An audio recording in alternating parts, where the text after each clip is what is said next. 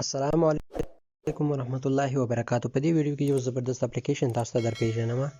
که چېرته ستاسو انټرنیټ زر ډیټا ختموي نو د دې اپلیکیشن په ذریعه تاسو کولی شئ چې خپل ډیټا بچت کړئ او هم خپل انټرنیټ تیز کړئ.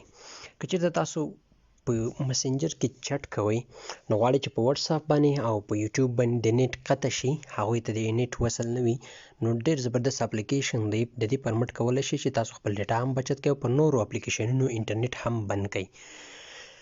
که چېرته زما چینل باندې سبسکرایب کړئ، زما چینل د سره سبسکرایب کړئ، او که دغه ویډیو تاسو په فیسبوک پیج باندې ګورئ، پیج د سره لایک فالو کړئ.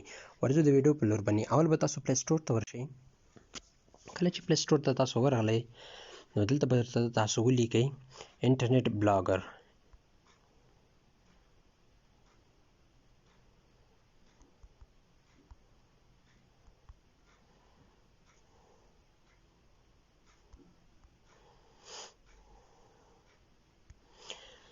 کله چې تاسو انټرنیټ بلاګر ورته ولیکئ نو دا به تاسو په خپل موبایلو کې انسټال کړئ. ما تېره انسټال کړی نو ما ته اوپن راغی.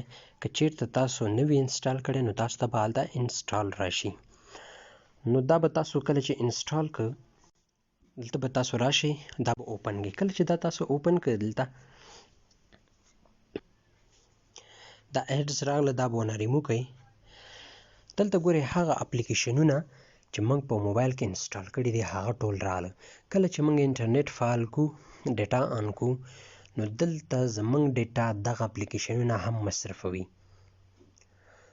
نو څنګه کولی شو چې پر بعضې اپلیکیشنونو باندې انټرنیټ قطع کړو او بعضو ته دې وصل وي، نو ستاسو ډیټا به هم بچت شي او انټرنیټ سپیډ به هم تیز شي. نو که چېرته تاسو په یو براوزر په یو اپلیکیشن باندې انټرنیټ قطع کوئ او نورو ته د انټرنیټ وي، نو دلته به تاسو بیا راشئ. کله چې دا اوپن کړئ نو دلته برنی سر کې آن دی، دا آپشن به آن کړئ تاسو. کله چې دا تاسو آن کړئ دلته یو، نو د دې څخه وروسته تاسو کولی شئ چې په یو اپلیکیشن باندې انټرنیټ قطع کړئ. نو زه غواړم چې دلته دې په یوټیوب باندې انټرنیټ قطع کړم، نو دلته په اخرنۍ برخه کې یوټیوب دی، دلته تاسو وینئ. نو زه راځم دغه آپشن آن کوم. کله چې دا آن کړم نو زه ورځم یوټیوب ته. کله چې یوټیوب ته ورغلم نو دلته به تاسو یوټیوب خلاص کړئ. کله چې یوټیوب تاسو خلاص کړئ دلته ګورئ انټرنیټ به ما سره کار نه کوي.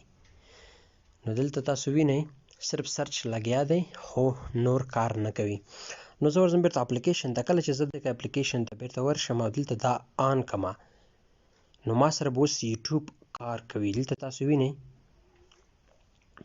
ما سره یوټیوب کار شروع کړ. دلته وګورئ یوټیوب بیرته کار شروع کړو. نو پر هر اپلیکیشن چې تاسو انټرنیټ قطع کول غواړئ نو یو زبردست اپلیکیشن دی. د دې پر مټ کولی شئ چې تاسو په مختلفو اپلیکیشنونو انټرنیټ قطع کړئ. زه راځم دلته په ګوګل باندې انټرنیټ قطع کوم. کله چې زه دلته رالم نو زه ورځم په کروم باندې. کروم مې اوپن کړ نو زه دلته ورته انډرایډ 10 لیکم. کله چې انډرایډ 10 ما ولیکه دلته نو ګورئ ما ته سرچ راواوښته. نو زه ورځم پر دې باندې انټرنیټ قطع کوم. نو دلته زه بیرته رالم اپلیکیشن ته او دلته کروم باندې انټرنیټ ما قطع کړ. کله چې دا ما قطع کړ بلیسلیک کې شو نو زه اوس دلته راځم کروم. ما دلته سرچ ورکړو، زه دا ریفریش کوم. انډرایډ 10 به ورته ولیکئ. کله چې دلته تاسو انډرایډ 10 ورته ولیکئ نو دلته به تاسو ووینئ چې دغه پیج به موږ سره خلاص نشي.